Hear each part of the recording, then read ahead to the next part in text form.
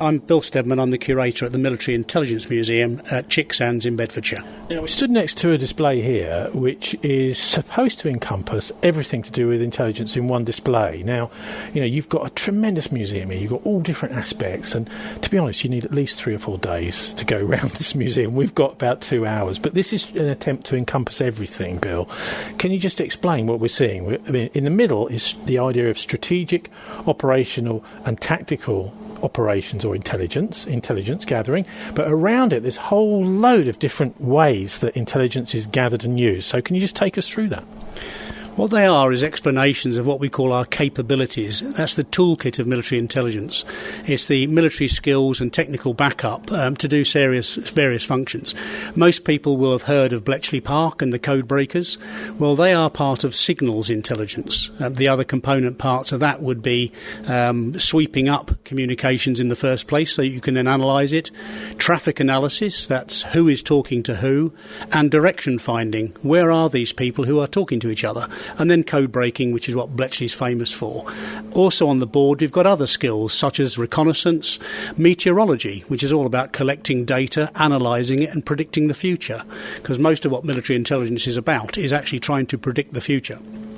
We've also got things like measurement and signature intelligence, which could be used, for example, to identify rockets fired from distant countries, deception operations. Such as North Korea, for example. Well, absolutely. North Korea are famous for launching missiles when nobody else is expecting it.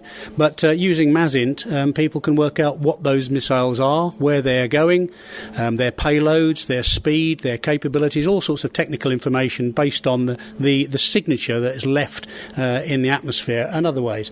Plus, we've also got counterintelligence, which is hunting for spies, covert passive surveillance, that's following somebody, unlike James Bond, who is always visible in following people. But it's where... But you don't need that nowadays, surely. I mean, everyone who's got a phone, they're easy to follow, aren't they? Well, what if people haven't got a phone and know that they're easy to follow with their phone, so they're not using their phone? Or they're using one of the old Nokias, which can't be traced. Well, maybe they've popped their phone into someone else's pocket surreptitiously. Well, there's plenty of James Bond films to have a look at and how to see how it is done and how it's not done. I interrupted you when you were about to talk about deception, because this is, where it starts to get clever. The idea is you're getting the enemy, whoever the enemy might be, well, you're basically wrong-footing them. Well, deception is part of influence operations, really, where we're trying to make people think something which isn't true, or to make them forget something which is. That's part of deception and influence operations. Propaganda in old money is another way of looking at it. Now, you've got a picture of a tank on there, but if you look more closely, you'll see that even though it's a 25-ton tank, there's 4 people appear to be holding it up, individuals about 5-6 feet off the ground. So obviously it's a very light tank. Extremely light tank. I wouldn't want to be in one facing enemy fire. It's made of rubber. It's one of the tools that were used as part of the deception operations around D-Day, where in the event that the Germans managed to get a reconnaissance aircraft over certain areas of Great Britain where we were putting together a fake army, if the Germans had got an airplane there with cameras, they would have seen that it was all fake. But if you put rubber tanks and plywood aircraft all over that part of the UK, they look real to the technology of the day. So you can then mass your real forces elsewhere, knowing that you've got a good deception operation in place. OK, now this is supposed to be a military intelligence museum, but I see here covert methods of entry. This just looks like plain old burglary. Yes, it's one of our lesser-known skills and much lesser used. Back in the day, certainly during the Cold War, it was used on very rare occasions for the simple reason that it would be burglary if it wasn't authorised at the absolute highest levels. And nowadays, everything we do is governed by law, and you need ministerial approval. So it's something that we almost never, ever do nowadays. It's much more the government agencies that get involved in that. And also we've got here SERE, S-E-R-E, Survival, Evasion, Resistance and Escape. Now this looks like the sort of French Resistance or something like that. Well, certainly escaping prisoners of war in the Second World War and later, if you can evade capture, that's good. If you are captured, then you need to know how to resist any form of interrogation put against you. And if you get the chance to then escape, you've got to have the tools to be able to get back to your own side. Throughout that whole process, you've got to survive in order to get back home again. But I suppose at the heart of this is in the middle here in your little board, it's intelligence capabilities, supporting decisions by military commanders, and next to it is protection. So I suppose the protection side is, am I right in saying that's counterintelligence? It's not intelligence. What you're doing is you're trying to counter the opposition. On the protection side, you've got basic security measures that you would put in place to keep yourself, your people, your equipment, your knowledge, your secrets safe. And one of those is to stop the enemy from actually putting spies into your system. And that's one of the things that counterintelligence does. You're actively, aggressively seeking to counter the spying operations of your enemy, whether that's by arresting the spies or turning them and using them back against the other side. Okay, so am I right in thinking MI5 is British counterintelligence? What in the Second World War? What are we talking about here? Because I'm a bit confused about MI6, MI5, and different areas of maybe army intelligence is something completely different. Everybody seems to do intelligence in slightly different measures depending on what they're focused on at any point in history. Clearly, during the Second World War, everybody was up against it, so everybody was doing pretty much everything. As far as MI5 and 6 are concerned, well, MI5, the British Security Service, are responsible for the UK and its territories, internal security. MI6, or the Secret Intelligence Service, as it's more correctly titled, is responsible for collecting intelligence overseas. Now that's collecting and also protecting British interests overseas. Well, I was just going to say, James Bond doesn't just go collecting stuff, does he? No, it's a bit proactive too. James Bond is probably the worst spy that ever existed because everybody knows who he is. But certainly you've got this whole collection of information to give to the commanders and politicians so they can make the most informed decisions. That's one half of the equation, and the other half, as the display shows, is to protect our interests against the other side trying to do the same to us. Now, I would like to just go and have a look in a minute at the stuff to do with Bletchley Park, because I think that's one of those. It's almost like something that we learned in the Second World War to do, to keep one step ahead. And some people actually say that it's one of the major reasons that we won the war. And also, well, they do. They say that if you can keep one step ahead of the enemy, I mean, it's a bit like if you're in a divorce case or something. If you're one step ahead of your partner, then you do stand a chance of winning the case. So let's if you could take us over to the Bletchley area. We're at the Y Service display in the museum, which is, and the Y Service were dotted around the globe wherever British forces were, listening to German and other Axis communications, and they were sweeping up all the information from the ether and doing a number of things with it. Firstly, they would do direction finding. Where are the people who are talking? They would do some traffic analysis. Who is it that's talking? And on some of the lower level codes, they would have a go at breaking those as well. So were they actually also listening to open communications, or was it all coded? There were a good number of different means of communications that the Axis were using. Not only plain voice, which was rare, but a coded voice, ciphered voice through Enigma machines and things like that. So it was a whole mix of things. So this was all over the radio, was it? All over the radio. And other things. We've got, underneath our Enigma machine, we've got something called a Feldfernschreiber, which is actually a very early 1920s designed fax machine. So you can send noises, which reduces the number of keystrokes you need to make over sending Morse. So the Y Service were... You could send pictures using this? Not pictures, no. When you say a fax machine, what do you mean? It transmits in noise. So if you were to type in, you get the normal punch cards. Plus, you can also transmit it as noise. So it would sound like the sort of noises you get when you inadvertently phone up a fax line. Oh, right, okay. So sort of buzzing and beeps and things. Oh, yes, yeah, you get all sorts of noise as opposed to clicks and taps. So the Y service would do that, and anything they couldn't decipher or decode, they would then send to Bletchley Park for them to wave their magic wand over it. Chicksands itself is in Bedfordshire, which is about 21 miles away from Bletchley Park. And Chicksands was one of the listening bases for the Y service during the war. So we've got that on display here. It's a common sort of statement that I've heard many, many times that Enigma, the use of the Enigma secrets, the ultra decrypts, shortened the war by 2 years. It's a difficult thing to quantify because by the time that we had thoroughly penetrated most of the German communications in Enigma, the war was pretty much won. The Russians were coming; they were steamrolling their way across Poland, and I dare say that what really made us invade Normandy in 1944 was the sure certain knowledge that the Russians would just keep coming regardless, even if we'd stayed at home in the UK and not bothered with Normandy. Well, this is to stop the Russians winning the war on their own, really. Pretty much, because they would have done. They just would have ground the German forces down as they were doing. They were just mincemeating the whole thing up. So, shortened the war by 2 years. I think it brought forward the end of the war, certainly, because we invaded Normandy and made life even more difficult for the Germans. But it's always difficult to quantify the exact effect something like this would have had because we couldn't use every single secret that we discovered. Well, this is the point, isn't it? I mean, who makes the decision and how do they make the decision? Say say Coventry, we know Coventry's going to be bombed tonight, and if you're going to tell Coventry to get into the bunkers, because they're going to be bombed, surely that is going to also send a message to the Germans that maybe that we're listening to you and we know what you're saying to each other.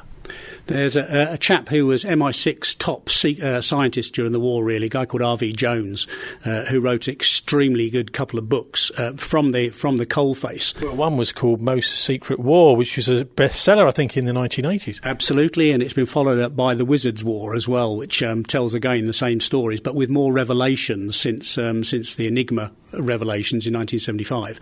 And that really does explain how we understood that the Germans were mounting their raids by their switching on and off of radar systems, their testing of radios, and also because the German Air Force, the Luftwaffe, used the Enigma machine, we were able to break their Enigma codes. The more you use a code, the easier it is to break. So that was the first part of Enigma that was really broken. So the Coventry raid is a good conspiracy that Churchill allowed it to be bombed in order not to leak the Enigma secret. I'm not convinced of that myself. R.V. Jones, his explanation sounds more plausible to me. We knew that it was a Midlands city, and we had a selection of, and it just happened to be one, not the other. But 1975 is a long time after the Second World War to talk about this. Is there really any justification, do you think, for keeping a secret like that secret for so long? Well, with the Enigma side of things, we really were groundbreaking in the way that we were conducting the code-breaking effort. So I think the desire and the fact that we'd mechanised it with Alan Turing's machines and other machines like the Bomb and Colossus, I think that it was entirely justifiable, because what practical use does a member of the public do with a secret like that one country can then listen and intercept the secret communications of a potential enemy? But isn't it a bit of embarrassment too about some of the decisions, the playing God decisions that would have been made? I think there's always going to be an element of that, but then leaders are elected, promoted, commanded to make and take tough decisions, and there are always going to be hindsight reviews of decisions made, and because all leaders are human beings at the end of the day, mistakes can be made, and that's just the nature of certainly warfare. Mistakes are made more often than people are given credit for. We are human beings. Human beings have got a habit of cocking things up. But I think there are times for protecting secrets, absolutely, with every means you have, and those are usually surrounding a certain death to people if those secrets are revealed. So I have no problem with certain secrets being kept. by all means possible. Okay, so finally, let's have a look at... We can't really talk about intelligence, I suppose, without looking at terrorism. And the big problem we had here in Britain up until the Good Friday Agreement was over in Northern Ireland. I mean, it actually acted as actually a bit of a training ground as well for British soldiers, because even though it was right on our doorstep, wasn't it? And you've got here something which is pretty impressive. It's a propane canister, a large one, the sort of thing you might see outside a caravan, but it seems to have been converted by some Republican scallywag into a rather nasty-looking bomb. Can you just tell us a little bit about this particular exhibit? Next to it is a tube. It looks very similar to the propane canister, but slightly larger. Now, just the way that this display is presented, it looks as if that is a red propane canister mortar, a massive mortar put into a tube, and then that would be used to launch. I mean, effectively, this is a gigantic mortar bomb that they've created here using welding guns and just out of an ordinary propane cylinder. Yeah, absolutely correct. We had some good successes in Northern Ireland in taking away terrorist smuggled in weaponry, things that you could buy not quite off the shelf, but were professionally manufactured, which then forced some of the terrorist groups to make their own weaponry. And what we've got here is, we call it the Mark 15, in that it was sort of like the 15 major version of a homemade mortar bomb. The IRA, who designed and made it, Republican terrorist grouping, used to call it the Barrack Buster, which gives you some idea of what it was intended for. And it is a propane tank with a mortar tube, homemade. You pack it full of homemade explosives, you put it down the tube with some explosives underneath it, you set the timer and you go home, and then whenever the timer sounds off, the mortar will launch. It looks very Heath Robinson. In 1985, one of these went over the fence into Newry Police Station in South Armagh, hit the canteen building being used as a canteen, and killed 9 policemen. So it was very easy in those days for items such as this to be manufactured in the south of Ireland, smuggled across a very porous border into the north of Ireland, and used whenever. I suppose that our biggest problem there was the fact that our forensics were never very good back in those days, unlike today. So it was very difficult to prevent this sort of activity. Now, I suppose most of us think of intelligence as being something that's done from a fairly comfortable office somewhere, but there is on the left here, you've got a display which is, you've got the camo netting over the top. So do intelligence officers actually manage to make it out into the field at all? Absolutely, and sometimes right up close to the front lines and amongst the action as well. So what we've got here is a Cold War scene, really, based on all the information that we'd gathered about how Warsaw Pact forces, the Russians, East Germans, and all those in the communist bloc, based on how our understanding of how they did business tactically, their doctrine, their equipment. We would, in Western Germany, Northwest Germany, we would plot all that sort of thing on a map, and then go out and war game it, just to see if our understanding worked on the ground, to give us some sort of lead. Had the Cold War ever turned hot, we would have needed every possible intelligence leg up that we could get. Yeah, and I know that there was, during the Cold War, amazingly, there was this kind of exchange system where in Germany, some of the Soviet forces came into West Germany and some of the NATO forces into East Germany. What was the purpose of that? Because it seems to me as if you're playing games there, really. You're saying, well, what we're doing is we're, I suppose, almost coat trailing, here, this is what we've got, here, suck this up. But it was something that was agreed by both sides, amazingly. Yeah, in 1946, there was a Russian general called Malinin who suggested that we form liaison missions, so that the Russian liaison mission could come into West Germany and liaise with British, American and French forces who were garrisoning West Germany, and we could likewise go into East Germany to liaise with Soviet forces.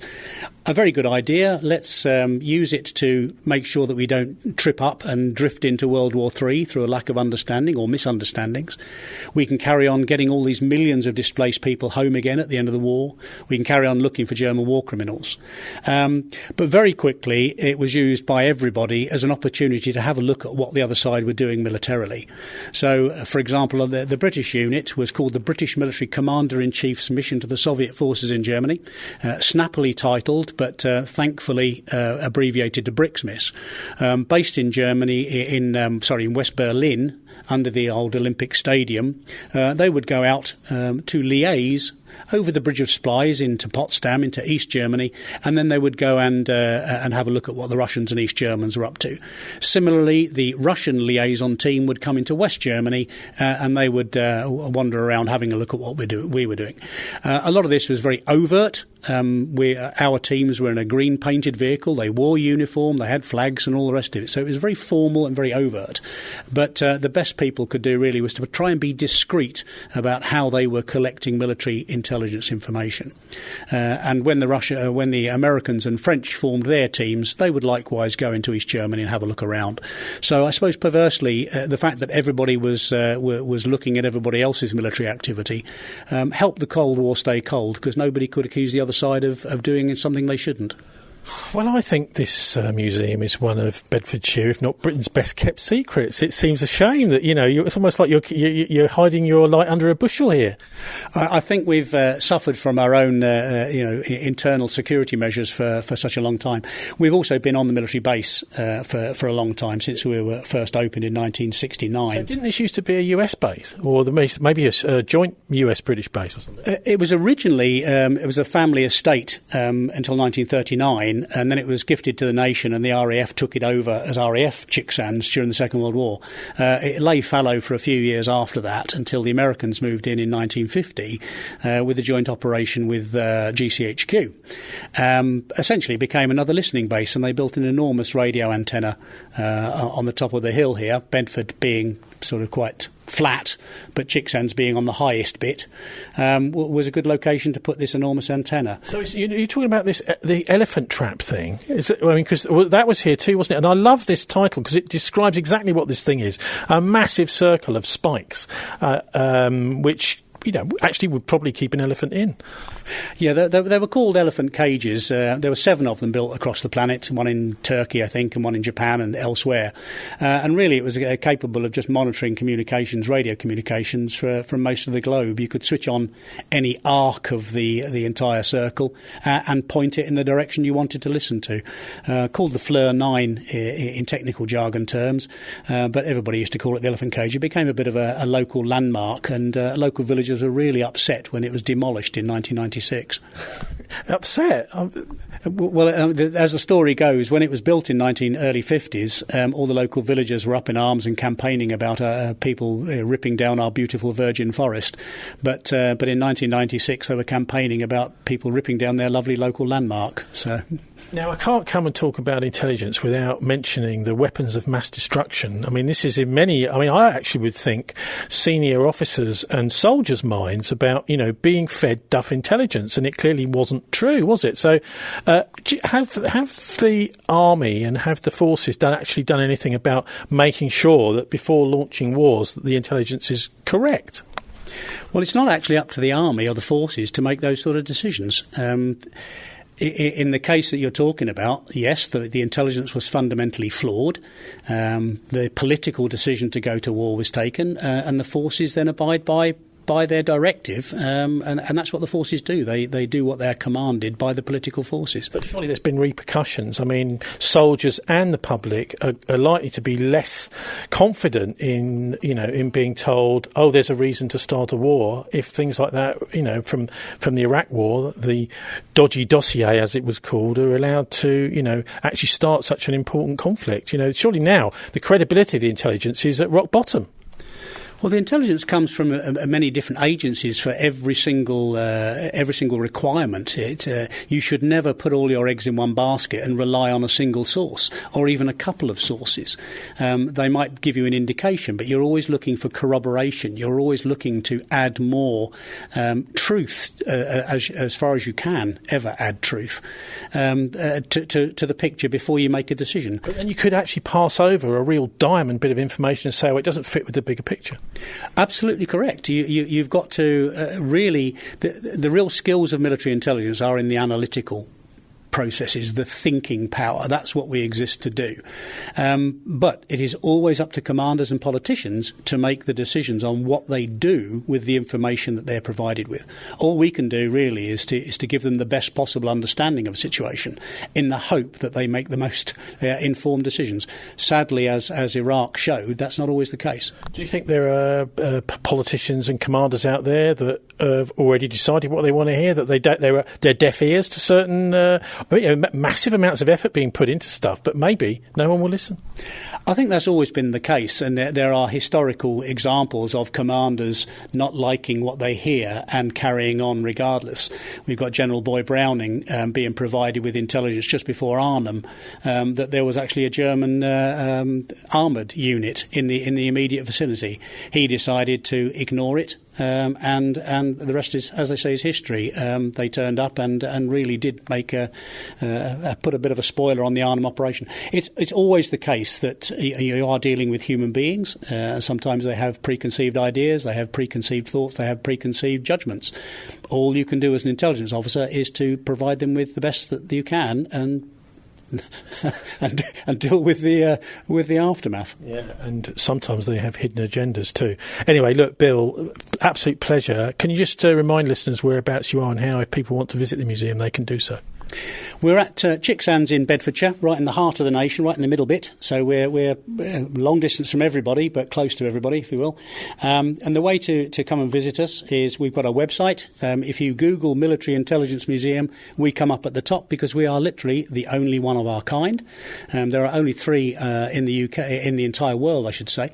So we're the only one in the UK. So where are the other ones? You must know. There's one in Israel and there's one in Germany. Okay. There's plans for one in America, but we're the nearest one for anybody in the UK. So come along. So you have to go onto the internet and have a look. Then what? On our website, which you'll find there's a contact us page. On there is the email address where you need to get in touch with us. Send us a quick email with any dates that you've got in mind. We'll have a look through the diary. Because we're on the military base, we have to book everybody in through the guardroom. It's a very easy process. Takes about 10 minutes. And then we escort everybody around the museum. And you get the benefit of a veteran giving you a bit of a summary on what the museum contains. So you've got the chance to ask awkward questions and you get the chance to listen to some of their war stories if that's what you wish. Thanks very much for joining us. You're welcome.